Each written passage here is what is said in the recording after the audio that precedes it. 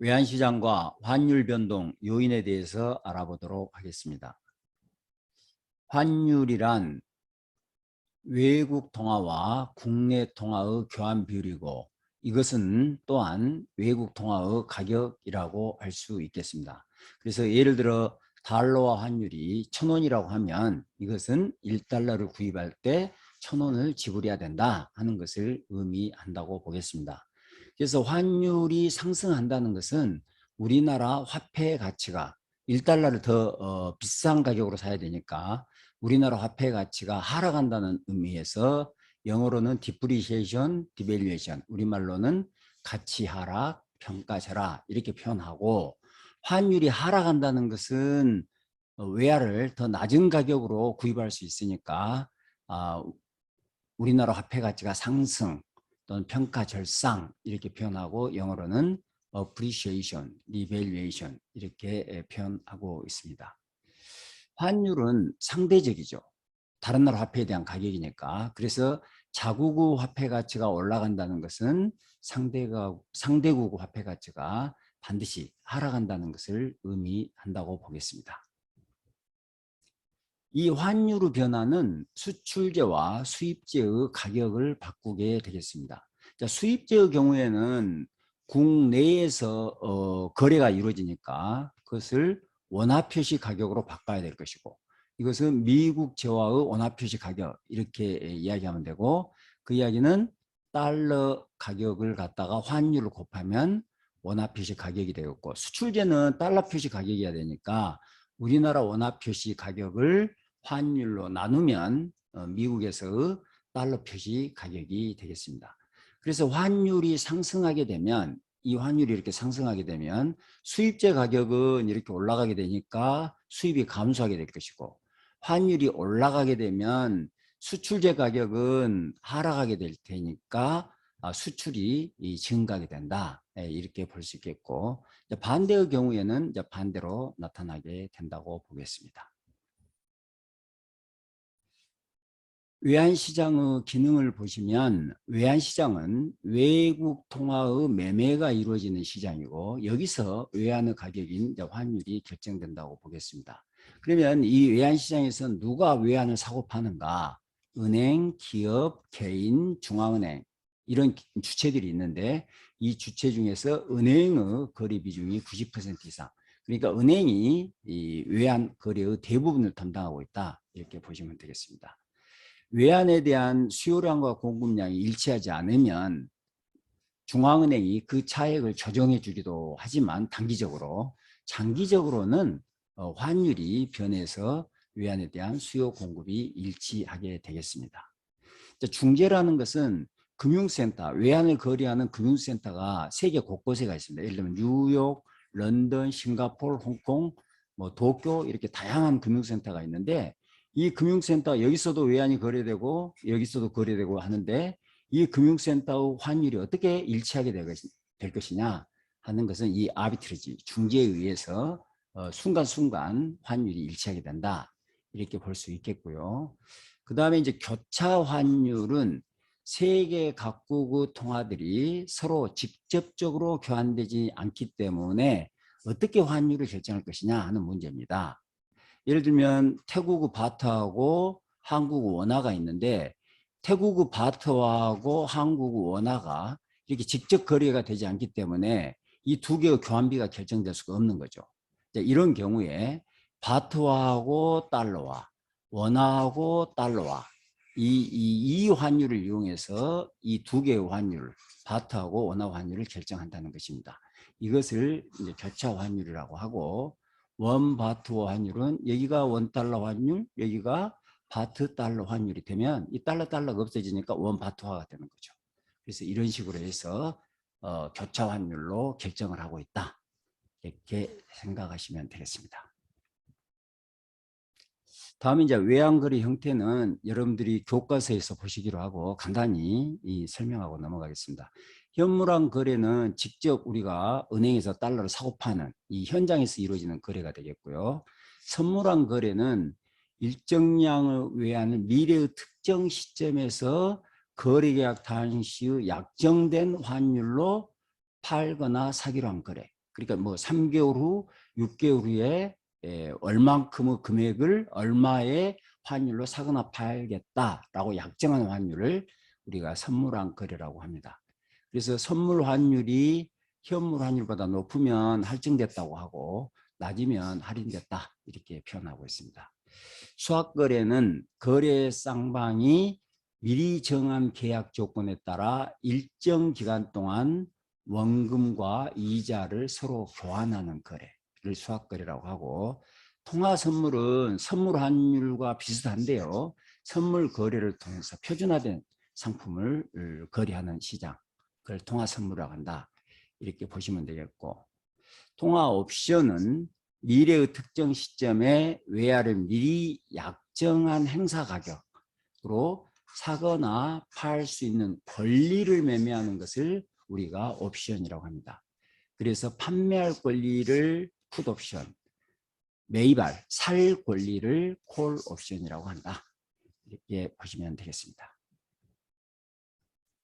우리 교과서 박스에 캐리 트레이드가 간단히 정의되어 있는데요. 내용을 보시면 캐리 트레이드란 금리가 낮은 나라의 통화로 자금을 조달해서 금리가 높은 나라에 투자함으로써 그 금리 차이가 있잖아요. 그 금리 차이로 수익을 얻는 거래를 우리가 캐리 트레이드라고 한다. 그런데 금리 차이로 수익을 얻더라도 통화 가치가 하락하면 오히려 손해를 볼 수 있기 때문에 주의가 필요하다고 보겠습니다. 예를 들어 보면 일본의 금리가 1%이고 한국의 금리가 5%라고 하면 일본에서 자금을 조달해 가지고 한국에 대출을 해주면 4%만큼 금리 차의 이익을 얻을 수가 있겠죠. 그런데 한국에서 이 낮은 금리로, 이 4% 낮은 금리로 일본에서 차입을 했다고 하더라도 1년 뒤에 만약에 환율이 빌릴 때는 1엔이 10원이었는데 1년 뒤에 12원이 된다면, 1엔 12원이 된다면 우리나라 원화 가치가 하락하기 때문에 20%만큼 환율 변동이나 손실이 발생할 수가 있다고 보겠습니다. 이런 점에서 굉장히 불안정한 것이죠. 그래서 캐리 트레이드는 단기적 한머니 성격에서 이제 부정적인 효과를 자아낼 수도 있다. 그래서 이를 규제하기 위해 단기성 외양 거래 부과는 토빈세 등이 필요하다는 주장이 있습니다. 다음은 환율 변동 요인인데요. 먼저 중장기적 요인입니다. 중장기적으로는 물가 수준의 변동이 환율에 영향을 미치게 되겠다. 환율은 양국 통화의 교환 비율이니까 화폐 가치가 변하게 되면 환율도 변하게 되죠. 예를 들면 우리나라의 인플레이션은 5%고 미국의 인플레이션은 뭐 2%였다. 그러면 우리나라 화폐 가치가 3%만큼 더 낮아진 거죠. 그렇다면 이 경우에는 환율이, 우리나라 화폐 가치가 하락했으니까 환율이 3%만큼 올라가야 된다. 뭐 이런 견해가 되겠습니다. 다음은 이제 국제수지인데요. 국제수지가 흑자가 되면 달러가 유입되니까 달러 공급이 늘어서 환율이 하락하게 될 것이고, 국제수지가 적자가 되면 달러가 밖으로 나가는 것이니까 밖으로 나가는 거죠. 그러니까 외환에 대한 수요가 증가해서 환율이 상승하는 데 영향을 미치게 되겠다. 그 다음에 거시경제 정책도 환율에 영향을 미친다. 긴축적인 통화 정책을 하면 금리가 상승하기 때문에 외국 자본이 유입될 것이고, 외국 자본이 유입되면 달러 공급이 느니까 환율이 하락할 것이고, 대신 긴축적 통화 정책을 펴면 경기가 위축되기 때문에 외국 자본이 유출될 것이고, 이 경우에는 달러가 밖으로 나가니까 환율 상승 요인이 된다 보겠습니다. 그래서 이 통화 정책의 경우에는 하락 요인이 있고 상승 요인이 있으니까 어떤 요인이 더 크냐에 따라서 상승 또는 하락하게 된다고 보겠고, 확장적 재정 정책도 마찬가지입니다. 경기가 회복되면 수입이 증가하니까 달러 수요가 늘어서 환율이 상승할 수가 있겠고, 경기가 회복되니까 외국에서 투자가 증가하면 달러가 유입되니까 달러 공급이 늘어서 환율 하락 요인이 된다. 그래서 어떤 요인이 크냐에 따라서 상승할 수도 있고 하락할 수도 있겠다. 이렇게 생각하시면 되겠습니다. 다음은 환율 변동 후 단기적인 요인입니다. 시장 참가자들이 어떻게 환율의 변화를 예상하느냐에 따라서 실제 환율에 영향을 미치게 된다는 것입니다. 시장 참가자들의 예상 환율이 변하면 실제로 이것이 환율 변화에 영향을 미치게 된다. 시장 참가자들이 모두 환율 변화를 같은 방향으로 예상하면 환율이 급 변동하게 되는 밴드웨건 이펙트, 동반 효과가 나타난다고 보겠습니다. 그리고 또 주변국의 환율이 변동하면 우리 환율 변화에 영향을 미치게 된다. 예를 들어서 경쟁국의 화폐 가치가 하락하게 되면 우리 수출이 잘 안 되게 되겠죠. 이 화폐 가치가 경쟁국 수출이 잘 되면서 우리 경쟁 관계에 있는 우리 수출은 잘 안 되게 된단 말이에요. 그러면 자국 화폐 가치도 같이 하락하는 현상이 나타나게 된다. 그리고 마지막으로 은행이 외환 포지션을 늘리거나 줄이게 되면 거기에 따라서 달러를 매입하거나 또는 매도하는 현상이 발생하면서 환율이 변동한다고 보겠습니다. 이건 한국의 환율 변화에 대한 자료가 되겠는데요. 1964년부터 2018년까지 변화를 보시면 전체적으로 환율이 쭉 이렇게 올라가고 있으니까 환율이 전체적으로 올라가고 있으니까 이것은 달러에 대해서 엔화에 대해서 유로화에 대해서 우리나라 화폐 가치가 원화와 화폐 가치가 하락하고 있다. 장기적으로 하락해 왔다 이렇게 볼 수 있겠고 이제 단기적으로는 이렇게 이런 경우도 있으니까 이 경우는 단기적으로는 우리나라 원화 가치가 상대국 화폐에 대해서 상승했다 이렇게 볼 수 있겠습니다.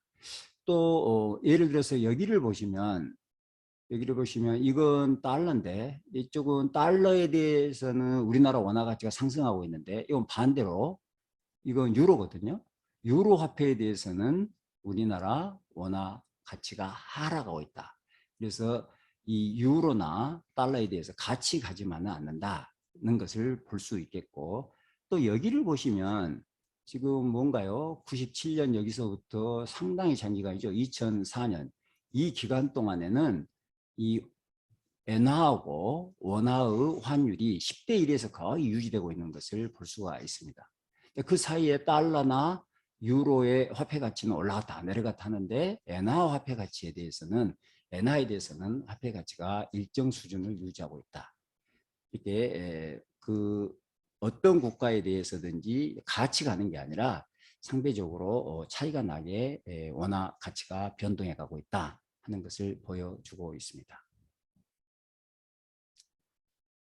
이것은 이제 우리가 은행에서 가보면 이 매도율 또는 뭐 매입률이 있는데 그것에 대한 이야기가 되겠습니다. 매매 기준율은 시장 평균 환율을 이렇게 이야기를 하고 있고 이제 매도율은 은행에서 일정 마진을 붙여가지고 매도를 하고 그러니까 팔 때는 달러를 조금 비싸게 파는 거죠. 그리고 그 사람들이 매입을 할 때는 매입률이죠. 외부에서 살 때는 이 기준 환율보다 낮게 붙여서 이 마진을 부과하고 있다 하는 것을 알 수 있겠고 현찰로 팔거나 현찰로 매입할 때 가장 마진폭을 크게 하고 전신환의 경우에 그 마진폭을 가장 적게 하고 있다 하는 것을 알 수가 있겠습니다. 이상 강의를 마치겠습니다.